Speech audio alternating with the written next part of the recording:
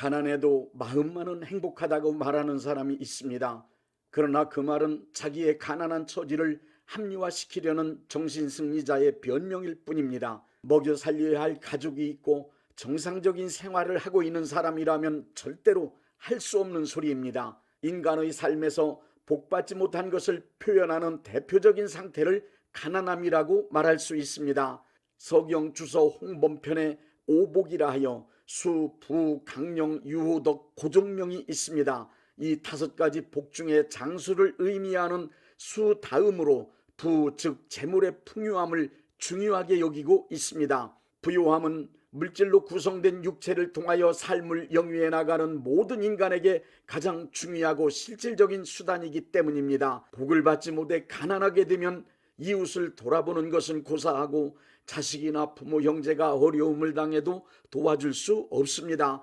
가난하면 하고 싶은 것은 많지만 할 수 있는 일은 거의 없습니다. 그런데다 친구도 없어지고 남한테 신용 얻기도 힘들며 나쁜 생각과 좋지 못한 성질을 갖게 되기 쉽습니다. 내가 복을 받지 못해 가난하게 되면 복을 많이 받아 부유하게 된 사람에게 구걸하는 신세로 비굴하게 살아야 합니다. 정상적인 사고를 가진 사람 중에 가난한 것을 좋아할 사람은 아무도 없습니다.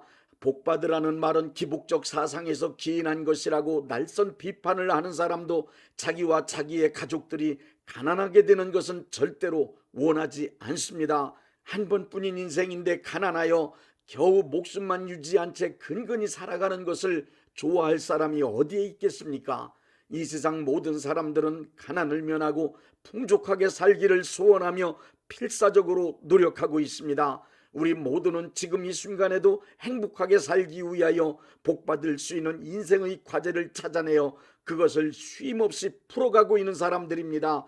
그렇지만 노력한다고 하여 모든 사람이 다 풍족함을 누리며 행복하게 사는 것은 아닙니다. 같은 시간에 태어나 같은 조건, 같은 환경 중에 살아도 어떤 사람은 잘 되고 어떤 사람은 망하게 되는 것을 얼마든지 볼 수 있습니다. 그런 상황을 복을 받은 것과 복을 받지 못한 것으로 구별하고 해석하여 말하는 것이 일반적 상식입니다. 인간의 생사화복을 주관하시는 하나님이 살아계시기 때문입니다. 물론 악인들이 복받은 것처럼 잘 되는 일도 있습니다. 그러나 시편 37편 2절에 기록된 말씀처럼 그들은 풀과 같이 속히 배임을 당할 것이며 푸른 채소같이 세잔할 것이라는 하나님의 말씀이 이루어지는 것을 보면서 인생의 과정 중에는 그 무엇보다도 하나님께서 주시는 복이 절대적으로 필요하다는 것을 알게 됩니다. 이 세상을 살아가는 동안 복받아 행복하게 살아가는 내 인생을 만드는 것은 선택사항이 아니라 필수 조건입니다. 성경에는 분명하게 하나님의 말씀에 순종한 사람들이 복을 받았고 하나님의 말씀을 거역한 사람들이 화를 당하고 저주받은 일들이 가득하게 기록되어 있습니다. 성경 말씀에서 복의 개념을 빼면 하나님께서 인간을 사랑하신다는 의미를 이해하기가 상당히 어렵게 됩니다. 하나님께서 인간을 사랑하신다는 말씀은 추상적인 개념이지만 복을 내려주신다는 말씀은 구체적이며 실질적인 표현입니다. 신명기 28장 1절부터 14절에는 복에 관한 대표적인 말씀으로 하나님께서 사랑하시는 사람들에게 주시고자 하는 복의 내용이 자세히 기록되어 있습니다. 복이란 하나님의 말씀을 철저히 믿고 따르는 사람들에게 하나님께서 하늘의 보구를 여시고 내려주시는 자녀의 번성함, 재물의 풍성함, 평안함,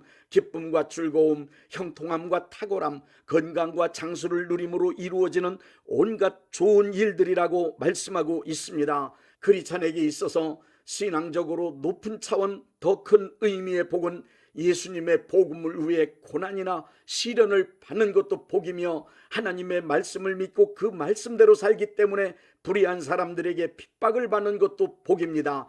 또한 특별한 경우 하나님께서 기회를 주신다면 하나님의 나라와 복음을 위하여 전 재산을 드리고 목숨을 들여 순교하는 것도 큰 복입니다.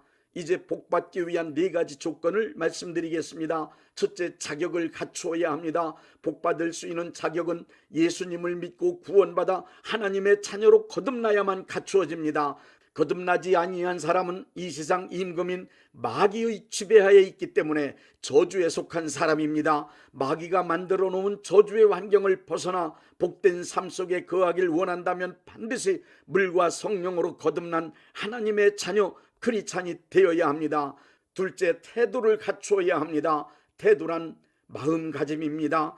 복을 받을 수 있는 마음그릇은 하나님의 뜻대로 살기로 굳게 결단하고 하나님의 뜻을 받들어 실행할 수 있는 마음 상태입니다. 하나님께서 주신 모든 복을 하나님의 나라와 이웃을 위해 선하고 의롭고 진실하고 거룩하게 사용할 수 있는 마음의 준비, 즉 태도를 갖추는 것이 아주 중요합니다. 복받기 원한다면 하나님께서 주시는 복을 담아서 간직하고 하나님께서 기뻐하시는 곳에 사용할 수 있는 깨끗하고 온전한 마음그릇을 준비해야 합니다. 만약 마음그릇이 준비되지 않은 사람에게 돈이 쏟아진다면 그야말로 돈이 벼락이 되어 돈벼락 맞고 죽을 수도 있습니다. 마치 갑자기 복권 당첨된 사람 중에 거의 대부분의 사람이 얼마 못 가서 폭삭 망하고 폐인이 되는 것과 같은 이치입니다. 마음그릇이 준비되지 않은 사람에게 많은 것들이 주어진다면 그것은 복이 아니라 오히려 많이 소유하게 된 것이 화가 될 수도 있습니다.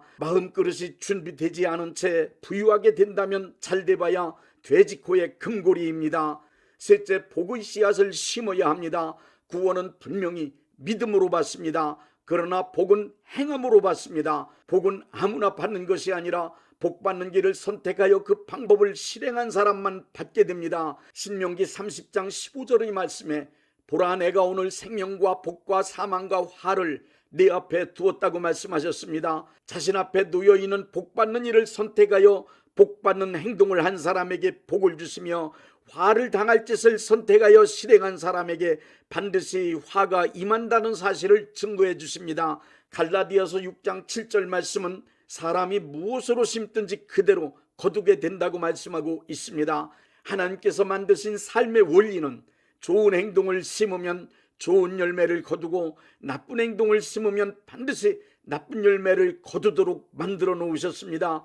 구약시대에서부터 지금까지 그릇된 행동한 사람, 악한 사람, 거짓말 잘하는 사람, 소위 나쁜 사람이라고 욕먹는 사람이 복을 받았다거나 잘되었다는 말을 들어본 적이 없습니다. 그리고 신앙생활을 올바로 하지 않거나 정상적인 교회에 혼란을 주고 피해를 준 사람이 잘된 것을 본 적이 없습니다. 오히려 그런 사람들은 잘되는 듯 하다가 어느 날 순간에 망하는 것이 성경 말씀의 기록이고 신앙생활의 경험입니다. 시편 37편 25절부터 26절은 말씀하고 있습니다. 내가 어려서부터 늙기까지 의인이 버림을 당하거나 그의 자손이 걸시감을 보지 못하였도다. 종일토록 은혜를 베풀고 꾸어주니 그의 자손이 복을 받는도다. 하나님의 말씀을 행동으로 실천하지 않은 사람, 심지 않은 사람은 복을 받을 수 없습니다. 그런 사람은 자격을 갖추고 마음의 태도를 만들어 놓았다 해도 파종하지 않아 거둘 것이 없는 농부하고 같습니다. 많은 복을 받아 누리며 사는 사람들, 그들은 우연히 그냥 그렇게 된 것 절대 아닙니다.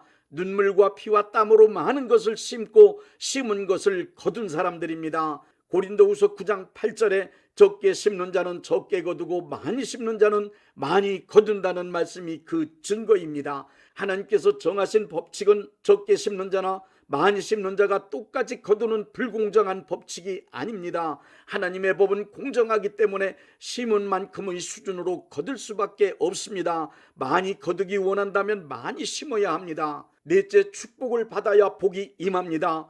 복 받는 방법 중 가장 중요한 것을 설명드리겠습니다. 한문의 축복은 빌축의 복복으로 축복이란 복을 빌어준다는 말입니다. 복을 받으려면 반드시 축복을 받아야 합니다. 복을 받는 방법 중 가장 중요한 것은 바로 축복입니다. 복은 복을 빌어줄 수 있는 사람, 즉 축복을 할 수 있는 영적인 권한을 가진 사람이 축복할 때 하늘문이 열리면서 복이 내려오는 것입니다. 축복은 복받기 원하는 사람들이 실행해야 할 공식 중 가장 중요한 공식입니다. 축복은 영적 지도자가 하늘의 보고를 열어주는 아주 중요한 사역입니다. 축복 없이는 복을 받을 수가 없습니다. 그렇기 때문에 복받기 원하면 반드시 축복을 받아야 합니다. 영적 지도자, 특히 담임 목사님들은 자기가 목회하고 있는 교회에 소속된 교인들을 축복해야만 합니다. 창세기 27장과 28장의 야곱을 보십시오. 야곱은 아버지 이삭이 축복할 수 있는 권한을 가지고 있다는 것과 그 축복의 효과를 발견했습니다. 그래서 야곱은 축복받을 수 있는 자격인 장자권을 취득한 후 아버지 이삭으로부터 축복을 받았습니다. 야곱은 아버지의 전 재산을 물려받은 게 아니라 아버지 이삭이 복을 빌어주는 의식인 축복을 받았습니다. 축복이 얼마나 중요한지 삶에서 뚜렷이 경험한 야곱은 창세기 32장에 보니 형 에서를 만나러 고향으로 돌아가던 중 야복강을 건너기 전 환도뼈가 부러지면서도 생명 걸고 축복을 구하여 여기서 받은 축복으로 야곱은 이스라엘이 되었습니다. 성경에서 복을 빌어줄 수 있는 사람은 영적 수준이 상당히 높은 제사장이나 선지자들이었습니다. 그리고 부모들이었습니다. 지금도 마찬가지입니다. 담임 목사님의 축복을 통하여 복이 임합니다. 부모님들의 축복을 통하여 자녀들이 복을 받습니다. 영적 권한과 능력이 있는 사람들의 축복으로만 복이 임하게 됩니다. 이것은 성경 말씀이 기록이고 신앙생활을 통한 경험입니다. 복은 반드시 영적 권한을 가진 사람들이 축복해 줄 때 하늘 보고가 열리므로 축복받는 사람에게 임하는 것이 영적 세계의 법칙이고 질서입니다.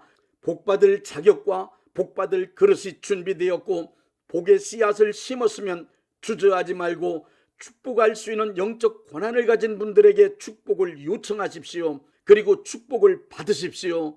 믿음으로 축복을 받아 많은 복을 받으십시오. 인간은 죄에서 구원받아야 하며 저주 가운데서 복을 받아야 살 수 있는 존재들입니다. 예수님께서 우리 크리스찬들에게 저주를 벗어나 복을 받고 부유함을 누리며 살 수 있는 근거를 확실하게 만들어 주셨습니다.